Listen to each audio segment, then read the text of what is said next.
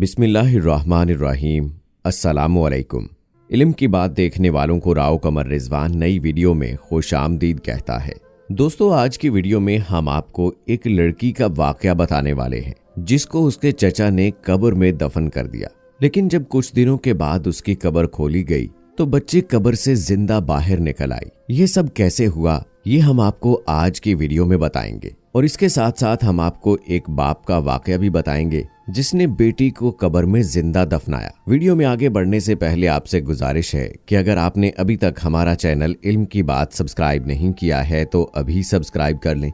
साथ में लगे बेल आइकॉन को जरूर प्रेस कीजिएगा ताकि लेटेस्ट अपलोड होने वाली हमारी वीडियोस का नोटिफिकेशन आपको बर वक्त मिलता रहे। वीडियो को लाइक करें, शेयर करें अपने दोस्तों के साथ और कमेंट सेक्शन में अपनी राय का इजहार लाजमी कीजिएगा। दोस्तों, बेटियां तो अल्लाह ताला की रहमत होती हैं। एक शख्स ने अपनी भतीजी को 15 दिन तक कब्र के अंदर दफनाए रखा। ये बच्ची अभी 4 साल ही की थी और इस बच्ची की माँ इसके पैदाइश के मौके पर ही अल्लाह को प्यारी हो गई थी। ये बेचारी हमारे जालिम मुआशरे के हाथ चढ़ जाती है और जालिम चचा ने इसको उठाया और कब्रिस्तान ले गया। वहां पर कब्र खोदी और अपने ही हाथों से अपनी भतीजी को दफन कर देता है और फिर वहां से रुखसत हो जाता है। दोस्तों, अब रोज रात को उस कब्र से आवाजें आने लगी, लेकिन लोग यही सोचकर आगे निकल जाते हैं कि शायद ये मुर्दा मुश्किल में है या ये कि इसको अजाबे कब्र हो रहा है और इसी तरह से इसको देखते हुए तौबा और इस्तगफार करते हुए आगे निकल जाते। एक रोज लोगों ने फैसला किया कि आखिर कब्र को खोल कर देखा जाए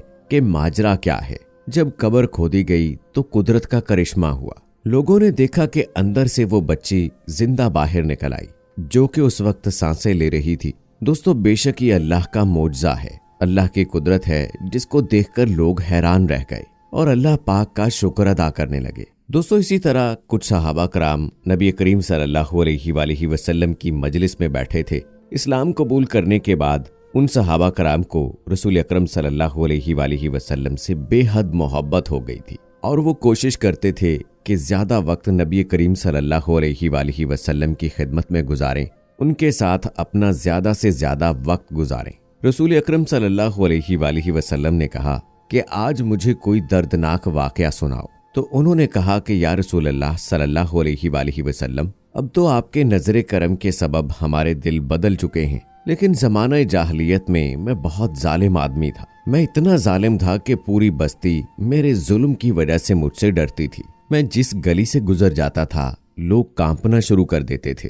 लोग मुझे बहुत बहादुर मानते थे क्योंकि इस्लाम से पहले हम बच्चियों को जिंदा दरगोर कर दिया करते थे और मैंने अपने इन जालिम हाथों से गांव की 80 से ज्यादा बेटियों को जिंदा दरगोर किया था। ये सुनना था कि नबी करीम सल्लल्लाहु अलैहि वसल्लम की मुबारक आंखों से आंसुओं की झड़ी जारी हो गई। आप सल्लल्लाहु अलैहि वसल्लम ने फरमाया कि तुम्हें ये सब करते हुए जरा भी खौफ नहीं आया, जरा भी शर्मिंदगी महसूस नहीं हुई? तो उन्होंने कहा कि या रसूल अल्लाह सल्लल्लाहु अलैहि वसल्लम, एक बार तो मेरे भी रोंगटे खड़े हो गए थे। वो ऐसे कि जब मैं कारोबार के सिलसिले में शहर से बाहर जा रहा था और मेरी बीवी उस वक्त हामला थी, यानी मेरी बीवी के पेट में बच्चा था। मैं अपनी बीवी को जाते हुए कह गया था कि अगर बेटा हुआ तो उसकी अच्छी परवरिश करना, उसका ख्याल रखना, और अगर बेटी हो जाती है तो उसको जिंदा दफन कर देना। जब मैं कारोबार के सिलसिले में बाहर चला गया तो अल्लाह ताला ने उसे बेटी से नवाजा और उसने उसकी खूब अच्छी तरह से परवरिश की।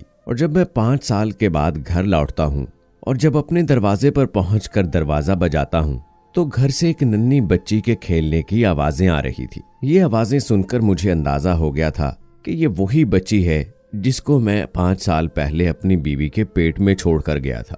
जब दरवाजा खुला तो मैंने उस बच्ची की शक्ल को देखा तो मैंने पहचान लिया कि ये बिल्कुल वैसी ही है, बिल्कुल अपनी माँ पर गई है। माँ जैसी ही इसकी आंखें हैं, वैसे ही गाल हैं, वैसे ही नाक है और वैसी ही उसकी रंगत है। ये सब देखते ही मेरे गुस्से की इंतहा न रही। मैं अपनी बीवी से कहने लगा कि मैं उस वक्त तक खाना नहीं खाऊंगा जब तक कि इसको दफन न कर दूं। मेरी बीवी ने मेरी बहुत मिन्नतें की, मुझे रोका कि ऐसा ना करो, ये आपकी बेटी है, लेकिन मुझे किसी चीज का असर ना हुआ। जब माँ को इस बात का अंदाजा हुआ कि अब मैं इसे मार दूंगा, इसे जिंदा दरगोर कर दूंगा, तो मेरी बीवी ने कहा कि ठीक है, तुम इसे ले जाओ, लेकिन ले जाने से पहले थोड़ी देर तो रुक जाओ, मैं अपनी बच्ची को तैयार कर लूं। माँ तो फिर माँ होती है, उसकी बहुत हसरतें होती हैं, वो कहते हैं कि मेरी बीवी ने मेरी बेटी को बहुत अच्छे से तैयार किया। वो बच्ची अपनी माँ से पूछती है कि मुझे क्यों तैयार किया जा रहा है, तो माँ कहती है कि तुम्हारे अब्बा तुम्हें अपने साथ ले जा रहे हैं, इसलिए तुम्हें तैयार किया है।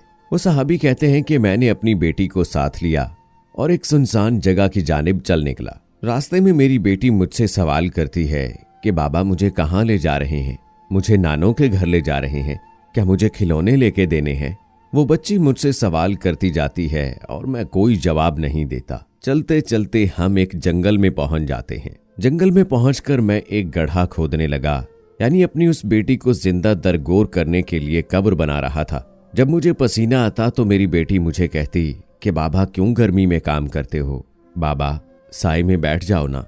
जब मट्टी और रेत मेरे चेहरे पे लग जाती तो वो अपने छोटे से दुपट्टे से मेरे चेहरे को साफ करती, मेरी गर्दन के गिर्द अपनी बाहें डाल लेती, मेरे माथे पे बोसा करती और कहती कि बाबा बहुत गर्मी है, साए में बैठ जाएं।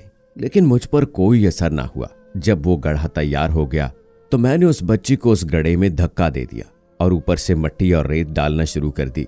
वो बच्ची देखती है और हैरान होकर पूछती है कि बाबा ये क्या कर रहे हैं। मैं पत्थर दिल अपनी बेटी की उन चीखों को भी भुलाकर उस पर मट्टी और रेत डालता रहा। वो बच्ची चीखती चिल्लाती रही, सवाल करती रही कि बाबा मेरा क्या कसूर है, मेरे साथ क्यों ऐसा कर रहे हैं, मुझे क्यों इस गड्ढे में फेंक दिया है। बाबा मैं नहीं लेती खिलौने, बाबा मैं नहीं जाती नानों के घर, मुझे मेरी माँ के पास जाने दें, मैं नहीं कोई फरमाइश करती, बाबा मैं आपकी औलाद हूँ, कुछ तो रहम करे मुझ पर।